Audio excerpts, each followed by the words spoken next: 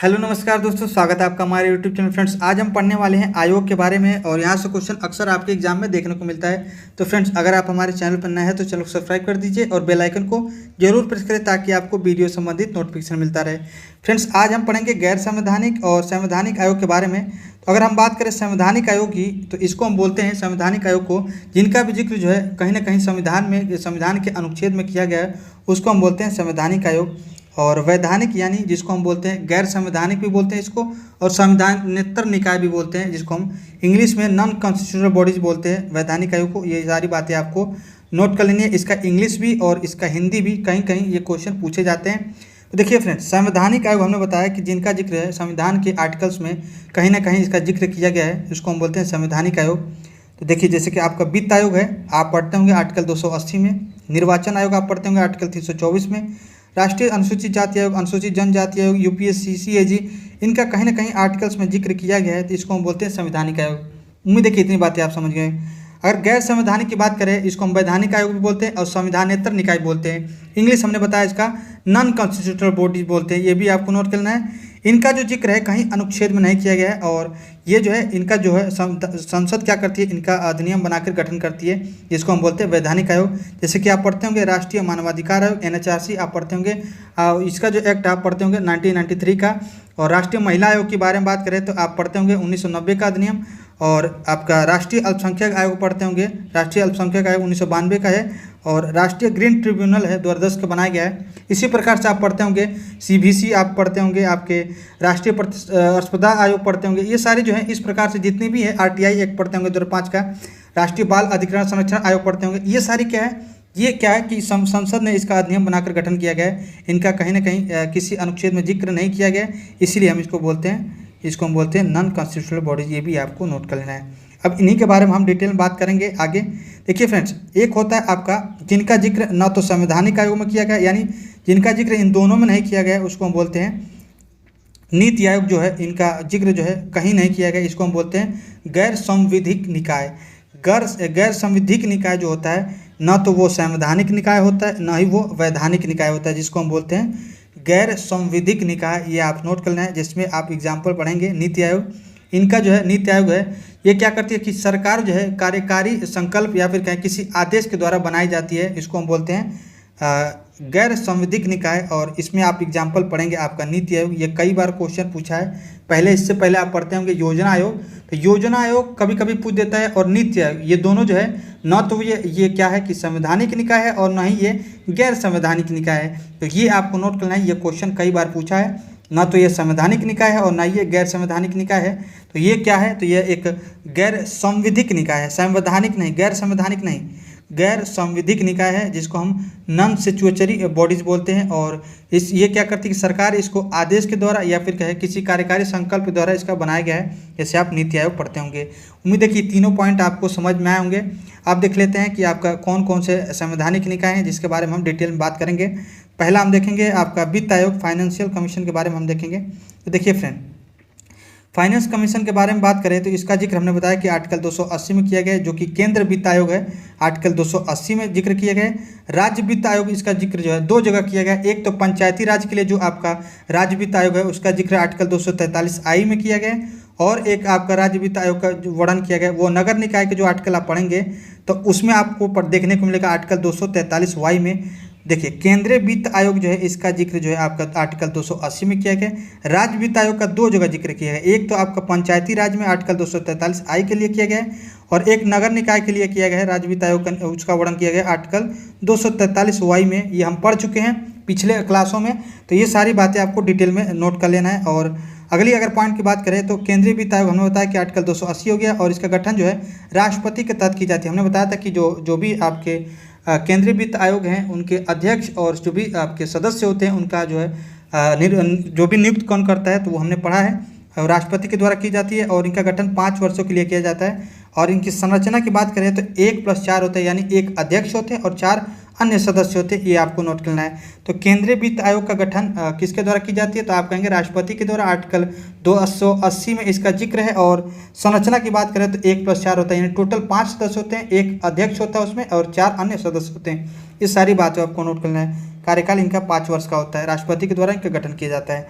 देखिए फ्रेंड, केंद्र से राज्यों के, देखिए फ्रेंड, अगर केंद्रीय वित्त आयोग के बारे में बात करते हैं इसका कार्य क्या है, तो ये आर्टिकल 280 में इसका जिक्र है। और ये क्या करता है कि केंद्र के जितने भी आपके टैक्स होते हैं वो राज्यों में वितरित करने का कार्य कौन करता है, तो वो कौन करता है, तो ये होगा केंद्रीय आपके वित्त आयोग करता है। और राज्यों से जो भी आपके टैक्सेस हैं वो लोकल बॉडीज़ को जो वितरण करता है वो कौन करता है, वो करता है आपके जो भी आपके राज्य वित्त आयोग हैं। तो राज्य वित्त आयोग के दो जगह हमने बताया, एक पंचायती राज के लिए आर्टिकल 243 आई में, एक नगर निकाय के लिए आर्टिकल 243 वाई में। ये सारी बातें आपको नोट कर लेना है। और इनका कार्य हमने बता दिया कि केंद्रीय कर को क्या करता है, राज्यों के हिस्सा तय करना और राज्यों के मध्य बंटवारा करना इनका काम है। यानी करों को क्या करता है, राज्यों के मध्य बंटवारा करना, या फिर कहें अगर राज्य वित्त आयोग के बारे में बात करें तो वो कर राज्यों से लेके लोकल बॉडीज़ में इन करों का क्या करता है, वितरण करता है। ये सारी बातें आपको नोट कर लेना है। ये इनका कार्य हो गया। और ये जो रिपोर्ट है ये किसको देते हैं, तो राष्ट्रपति को देते हैं। जो केंद्रीय वित्त आयोग है ये अपनी रिपोर्ट जो किसको देता है, राष्ट्रपति को देता है। और राष्ट्रपति जो है ये क्या करते हैं, उस रिपोर्ट को संसद के पटल पर रखवाते हैं। यानी यह सारी बातें आपको नोट करनी है। और ये जिक्र जो है आर्टिकल 281 में दी गई है कि जो है आपका जो भी वित्त आयोग है, जो भी आपके केंद्रीय वित्त आयोग है वो क्या करता है, अपना रिपोर्ट जो है प्रत्येक वर्ष जो है राष्ट्रपति को देता है। और वो जो राष्ट्रपति है वो क्या करता है, संसद में पेश करता है जो भी इसका रिपोर्ट है, वो आर्टिकल 280 में इसका जिक्र किया गया है। अगर बात करें फैक्ट की, तो इसका जो है पहले जो वित्त आयोग के अध्यक्ष थे वो केसी नियोगी थे। और वर्तमान में 15वां वित्त आयोग चल रहा है, उसके आपके जो भी अध्यक्ष हैं वो हैं एनके सिंह, नंद किशोर सिंह, ये आपको नोट कर लेना है। इससे पहले कौन थे, तो वो थे वाईवी रेड्डी। ये सारी फैक्ट है, आपको नोट कर लेना है। तो ये था आपके वित्त आयोग में जो भी आपके डिटेल बातें थी हमने देख लिया। तो यहाँ से क्वेश्चन अक्सर बनते रहते हैं। तो केंद्रीय वित्त आयोग का हमने देखा गठन आर्टिकल 280 में दिया गया है और राष्ट्रपति के द्वारा 5 वर्षों के लिए इनका गठन किया जाता है। 5 जिसमें एक अध्यक्ष और 4 अन्य सदस्य होते हैं। ये सारी बातें हमने देख लिया। राज्य वित्त आयोग के बारे में भी हमने देख लिया कि कहाँ कहाँ जिक्र है, 2 जगह जिक्र है। एक तो पंचायती राज्य में, तो वहाँ पे आर्टिकल 243 आई देख लिया, एक 243 वाई में देखा आपने नगर निकाय के बारे में। वो सारी बातें हमने देख ली। देखिए वर्तमान में केंद्रीय करों को जो बंटवारा किया जाता है राज्यों में, वो 42% दी जाती है। ध्यान सुनिएगा, ये क्वेश्चन यूपीएससी में पूछा गया है कि वर्तमान में जो केंद्रीय कर है उसका 42% राज्य का हिस्सा तय हुआ है। यानी केंद्र के कर में राज्यों का कितना हिस्सा है, तो आप कहेंगे 42% हिस्सा तय किया गया है। और 1% जम्मू और जो भी है आपके लद्दाख जो केंद्र शासित प्रदेश है उसके लिए तय किया गया है। तो 42% में से 1% जो है वो किसके लिए तय किया गया, केवल आपके जम्मू कश्मीर और लद्दाख के लिए तय किया गया। ये आपके क्या है, यूटी है, ये आपको नोट करना है। और 31 जो भी बने 31 अक्टूबर 2019 के तहत ये जो यूटी बनाए गए हैं आपके जम्मू कश्मीर और आपके लद्दाख।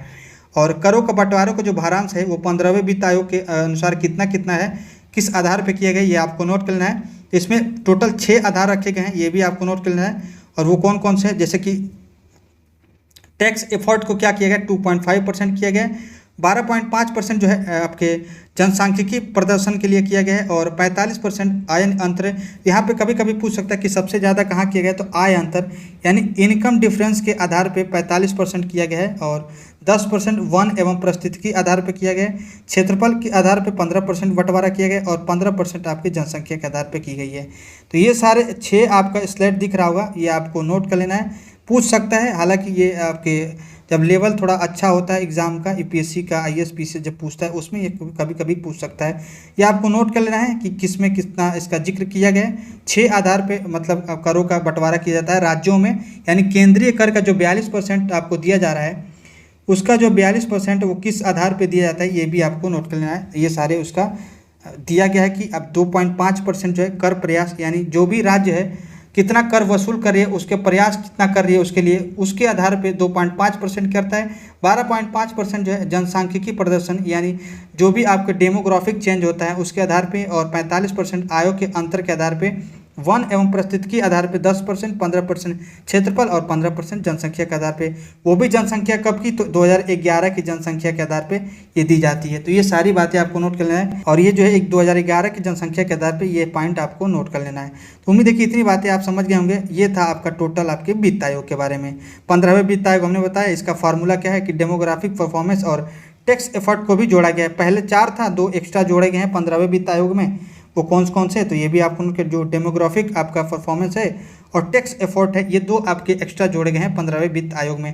पहले 4 थे, अब 6 हो गए। उम्मीद है कि इतनी बातें आपको समझ गए होंगे। ये फॉर्मूला है कि जो भी आपके करों का वितरण है वो राज्यों में किस आधार पर कितना कितना दिया जाता है, ये सारी बातें आपको नोट कर लेना है। अगला है इंपॉर्टेंट है आपका निर्वाचन आयोग इलेक्शन कमीशन की बात करें, देखिए फ्रेंड, इसका जो जिक्र आप आर्टिकल 324 में आप पढ़ते होंगे, और यहाँ पे हम पढ़ेंगे केंद्रीय निर्वाचन आयोग और एक होता है आपका राज्य निर्वाचन आयोग। इसका जिक्र दो जगह किया गया। अभी हमने बताया कि जैसे कि आपका केंद्रीय वित्त आयोग है, उसी प्रकार से राज्य वित्त आयोग का दो जगह जिक्र किया गया। उसी प्रकार से जो है इसका जो निर्वाचन आयोग है, राज्य निर्वाचन आयोग, उसका भी जिक्र दो जगह किया गया, एक पंचायती राज के लिए, एक नगर निकाय के लिए। इनका आर्टिकल अलग अलग दिया गया है। और केंद्रीय जो निर्वाचन आयोग है उसका जो आर्टिकल्स है 324 लेकर 329 तक इसका वर्णन किया गया है। भाग 15 आप पढ़ते होंगे वहाँ पे। ये जो केंद्रीय निर्वाचन आयोग है ये किनका किनका चुनाव कराता है, तो राष्ट्रपति का, आपका उपराष्ट्रपति का, लोकसभा राज्यसभा के जो एमपी होते हैं, और एमएलए और एमएलसी जो होते हैं राज्यों के विधानमंडल में, उनका जो है क्या करता है, चुनाव करवाता है। तो इतने लोगों का चुनाव कौन करवाता है, तो आप कहेंगे केंद्रीय निर्वाचन आयोग। और पंचायती और नगर निकायों के जैसे कि सरपंच, प्रधान, जिला प्रमुख, महापौर, चेयरमैन, इनका जो चुनाव करवाता है वो कौन करवाता है, तो राज्य निर्वाचन आयोग कराता है। ये आपको नोट कर लेना है। ये सारी बातें आपको नोट कर लेना है। अगर केंद्रीय निर्वाचन के बारे में बात करें तो इनका भी बताया कि आर्टिकल 324 से आर्टिकल 329 तक इसका वर्णन किया गया है।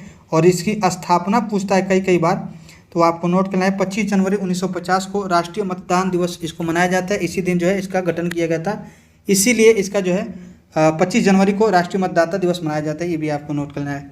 संरचना की बात करें तो इनके जो संरचना है उसमें क्या होते हैं कि एक आपके मुख्य चुनाव होते हैं और दो आपके अन्य चुनाव आयुक्त होते हैं। ध्यान से सुनिएगा। और इनका कार्य जो है सेम होता है, ये भी आपको नोट कर लेना है।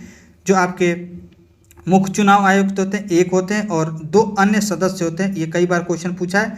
पहले जब बना था, जब ये आपका 25 जनवरी 1950 को राष्ट्रीय आपके निर्वाचन आयोग यानी केंद्रीय निर्वाचन आयोग, उसमें केवल एक सदस्य होते थे, वो भी आपके केवल मुख्य निर्वाचन आयुक्त। उसके बाद से जो है दिनेश गोस्वामी समिति के आधार पे 3 सदस्य किए गए हैं। एक आपके मुख्य चुनाव आयुक्त किए गए, 2 अन्य चुनाव आयुक्त किए गए। ये भी आपको नोट कर लेना है। किसके आधार पे, तो दिनेश गोस्वामी समिति के आधार पे। ये कई बार क्वेश्चन पूछा है कि दिनेश गोस्वामी समिति किससे संबंधित है, तो चुनाव आयुक्त से संबंधित है। और इसमें जो इसके तहत जो क्या किया गया, इन्हीं की सिफारिश पे एक मुख्य चुनाव आयुक्त, 2 अन्य सदस्य की गठन किया गया, यानी 3 टोटल सदस्य इसमें रहेंगे आपके मुख्य निर्वाचन आयुक्त में। ये सारी बातें आपको नोट कर लेना है दिनेश गोस्वामी समिति के आधार पे। ये क्वेश्चन कई बार पूछा है तो आपको नोट कर लेना है। अगर बात करें अगले इनकी नियुक्ति के बारे में, तो ये है इनकी नियुक्ति राष्ट्रपति के द्वारा की जाती है और अध्यक्ष और सदस्य के दोनों की नियुक्ति राष्ट्रपति के द्वारा की जाती है। और हाल ही में जो सर्वोच्च न्यायालय उनका निर्णय जो है अभी आया है मार्च 2023 में, इनकी नियुक्ति के लिए क्या किया जाएगा, सलाहकार समिति लाई जाएगी। ध्यान सुनिएगा। इन्हीं के सलाह पे जो है राष्ट्रपति इनकी निर्वाचन करेंगे। ये भी आपको नोट कर लेना, सॉरी नियुक्ति करेंगे, निर्वाचन है। तो इनकी नियुक्ति की जाती है और किसके आधार पर की जाएगी, तो नियुक्ति जो है राष्ट्रपति के द्वारा तो की जाएगी, लेकिन अब सलाहकार समिति के सलाह के आधार पर ही क्या करेंगे, राष्ट्रपति इनकी नियुक्ति करेंगे। ध्यान सुनिएगा। और सलाहकार समिति में 3 लोग होंगे, एक आपके पीएम होंगे, एक आपके लोकसभा के विपक्ष के नेता होंगे, एक आपके मुख्य न्यायाधीश होंगे। तो इन तीनों के आपके सलाह के आधार पर ही राष्ट्रपति उस व्यक्ति को चुनेंगे मुख्य निर्वाचन आयुक्त रूप में। और सलाह देने के लिए जो आपका सलाहकार समिति होंगे उसमें 3 व्यक्ति होंगे, एक आपके पीएम होंगे, एक आपके लोकसभा के विपक्ष के नेता होंगे, एक आपके मुख्य न्यायाधीश होंगे सुप्रीम कोर्ट के। ये आपको नोट कर लेना है। और इन्हीं के आधार पर जो है आपका सलाह दिया जाएगा कि कौन व्यक्ति जो है आपके मुख्य निर्वाचन आयुक्त होगा, उसी व्यक्ति को जो है राष्ट्रपति के द्वारा नियुक्त किया जाएगा। इतनी बातें आप समझ गए होंगे। और अगस्त 2023 में भी फिर से एक क्या किया गया, संसद ने एक बिल प्रस्तुत किया है और जिसमें क्या किया गया, जो भी आपके सलाहकार समिति में उसमें चेंज करने के लिए बात कही गई है। उसमें कहा गया है कि जो सलाहकार समिति होंगी उसमें 3 व्यक्ति तो होंगे, एक उसमें पीएम होंगे, एक आपके लोकसभा के विपक्ष के नेता होंगे, जो न्यायाधीश थे मुख्य न्यायाधीश, उसके आधार उनके स्थान पे एक बात कही गई है कैबिनेट मंत्री लाने की। अभी ये जो है केवल बिल लाया गया है, ऐसा किया नहीं गया है। हालांकि जब भी आपको अभी जब ये पारित हो जाएगा तब ऐसा किया जाएगा। उससे पहले आपको जब क्वेश्चन पूछे तो कौन कौन बताना है आपको, तो अभी पूछे अगर क्वेश्चन की सलाहकार समिति में अभी फिलहाल में कौन कौन है, तो पहला भी आपको लगाना है पीएम, दूसरा लोकसभा के विपक्ष के नेता और एक आपके मुख्य न्यायाधीश अभी आपके फिलहाल में चल रहा है। और ये जो है पीएम और विपक्ष के नेता और कैबिनेट मंत्री लाने की बात कही गई है। अगस्त 2023 में एक बिल लाया गया है, ये भी आपको नोट करना है। अगर बात करें कि कार्यकाल की जो मुख्य निर्वाचन आयुक्त होते हैं, सीईसी बोलते हैं, चीफ इलेक्शन कमिश्नर, उनके जो आपके कार्यकाल होता है वो होता है 6 वर्ष या फिर कहें 65 वर्ष, यानी जो भी पहले पूर्ण हो, ये आपको नोट कर लेना है। अगर इनके कार्य देखें तो इनका कार्य क्या होता है, तो इलेक्शन करवाना होता है, राजनीतिक दल का मान्यता और चुनाव चिन्ह आवंटित कराना और आचार संहिता लागू कराना इनका कार्य है, ये आपको नोट कर लेना है। इनके कार्य कई बार क्वेश्चन पूछा हुआ है तो आपको नोट कर लेना है। अगला पॉइंट देख लेते हैं कि वर्तमान में कितने राष्ट्रीय राजनीतिक दल हैं। तो अगर बात करें राजनीतिक राष्ट्रीय दल की वर्तमान में, तो वर्तमान में अभी 6 नेशनल पार्टीज़ हैं। इससे पहले 8 थी। क्या किया गया कि 3 को हटाया गया और 1 को शामिल किया गया। कौन कौन से हटाए गए, कौन कौन से शामिल किए गए, इसके बारे में हम बाद में बात करेंगे। उससे पहले हम देख लेते हैं कि कौन कौन सी वर्तमान में नेशनल पार्टीज़ हैं। तो देखिए फ्रेंड्स, पहला आप नोट करेंगे कांग्रेस के बारे में। तो कांग्रेस की जो स्थापना है वो 1885 में की गई थी और ये उस समय जो संस्थापक थे ए ह्यूम थे, ये भी आप नोट कर लें। तो 1885 में इसकी स्थापना की गई थी ए ह्यूम के द्वारा और इसका जो चुनाव चिन्ह है पंजा है। वर्तमान में जो इसके अध्यक्ष है मल्लिकार्जुन खड़गे हैं, ये आपको नोट कर लेना है। दूसरा नेशनल पार्टी जो है आपका बीजेपी है और इसकी जो स्थापना है 6 अप्रैल 1980 में की गई थी। संस्थापक कौन थे? अटल बिहारी वाजपेयी थे। वर्तमान में इसके अध्यक्ष जो है जेपी नड्डा है, ये भी आपको नोट कर लेना है। चुनाव चिन्ह आप जानते होंगे कि कमल का फूल है बीजेपी का। अगला पार्टी आपका नेशनल है वो है आपका बीएसपी, जिसको हम बहुजन समाज पार्टी बोलते हैं। इसकी स्थापना जो है 1984 में की गई थी, ये आपको नोट कर लेना है। और इसके संस्थापक कौन थे? तो वो थे काशीराम। वर्तमान में इसके हेड आप जानते होंगे सुश्री मायावती, आपको नोट करना है। इनका हाथी जो इनका चुनाव चिन्ह है, इसके बारे में आप जानते होंगे। अगला आपका एनएनपी, अगर इसके बात करें तो वो होता है नेशनल पीपुल पार्टी और इसकी स्थापना 2013 में की गई थी। और इसके संस्थापक जो थे वो थे आपके पीएन संगमा, ये आपको नोट करना है। वर्तमान में कौन है? तो कॉनरेड संगमा है, जो कि मेघालय के सीएम है। इसके आपको अध्यक्ष आपको नोट कर लेना है। और ये कहाँ की है? तो मेघालय राज्य की है और इसका जो चुनाव चिन्ह है वो बुक है, ये आपको नोट कर लेना है। तो नेशनल पीपुल पार्टी की स्थापना 2013 में की गई है पीएन संगमा के द्वारा और वर्तमान में इसका अध्यक्ष कॉनरेड संगमा है, जो कि अभी क्या है मेघालय के सीएम है, ये भी आपको नोट करना है। नेक्स्ट है पांचवा आपका सीपीआईएम, जिसको हम बोलते हैं भारतीय कम्युनिस्ट पार्टी मार्क्सवादी। इसकी स्थापना 1964 में की गई थी और संस्थापक जो थे इसके ज्योति बसु थे, ये आपको नोट कर लेना है। वर्तमान में अगर बात करें इसके जो आपके अध्यक्ष है वो थे सीताराम येचुरी हैं और चुनाव चिन्ह इसका जो है हंसिया है, हथौड़ा है और तारा है, यानी तीनों आपको नोट कर लेना है। इसका जो चुनाव चिन्ह है हंसिया है, हथौड़ा है और सितारा है, ये आपको नोट कर लेना है। अगला है आपका जो नया अभी हाल ही में जुड़ा है वो है आपका नेशनल पार्टी के रूप में, वो है आम आदमी पार्टी। ये आप लोग जानते होंगे, इसकी स्थापना 2012 में हुई है और संस्थापक इसके जो थे वो अरविंद केजरीवाल थे। और भी लोग थे लेकिन संस्थापक इसके मेन रूप में आते हैं अरविंद केजरीवाल। चुनाव चिन्ह इनका झाड़ू है। वर्तमान में अरविंद केजरीवाल इसके अध्यक्ष हैं और सरकार जो है इसकी जो है दिल्ली और पंजाब में है। और कौन कौन सा एंड किया गया है वो भी हम देख लेते हैं। तो 3 जो नेशनल पार्टी हटी हैं वो हम देख लेते हैं कौन कौन है। तो पहला है आपका तृणमूल कांग्रेस और दूसरा है आपका सीपीआई, जिसको हम बोलते हैं कम्युनिस्ट पार्टी ऑफ इंडिया। इसका जो है आपका चुनाव चिन्ह हाशिया और बाली था और तृणमूल कांग्रेस का जो है 2 फूल इसके चुनाव चिन्ह थे। और राष्ट्रवादी कांग्रेस पार्टी जो एनसीपी है, नेशनल कम्युनिस्ट पार्टी, उसका जो है चुनाव चिन्ह घड़ी था। ये तीनों जो थे इसको हटा दिया गया है। पहले ये भी आपके क्या थे? नेशनल आपके पार्टीज थे। इन तीनों को हटा दिया गया। पहला तृणमूल कांग्रेस, दूसरा आपका सीपीआई, तीसरा आपका एनसीपी। ये तीनों को हटा दिया गया है और एक को शामिल कर दिया गया जो कि आपके पढ़ते होंगे केजरीवाल जी का, जो अभी हमने बताया कि आम आदमी पार्टी, इसको शामिल कर दिया गया है। नोट करके लिखिए कि भारत के पहले मुख्य चुनाव आयुक्त थे कौन थे? वो आपके सुकुमार सेन थे। और पहली महिला कौन थी? तो वो आपको नोट करना है कि पहले मुख्य चुनाव आयुक्त थी आपके रमा देवी। और वर्तमान नोट करेंगे कि वर्तमान में कौन आपके चुनाव आयुक्त हैं, तो वो हैं आपके राजीव कुमार, जो कि 25वें हैं। तो चीफ इलेक्शन कमीशन के पहले आपके थे, अभी बताया कि सुकुमार सेन थे।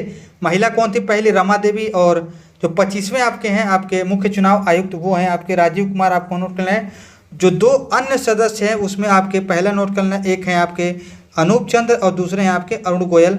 ये तीनों लोगों का नाम आपको याद रखना है। ये सारी बातें आपको नोट करनी है। क्वेश्चन पूछ सकता है एग्जाम में आपके, ये कई बार पूछा भी है कि कौन पहले थे, तो सुकुमार सेन थे।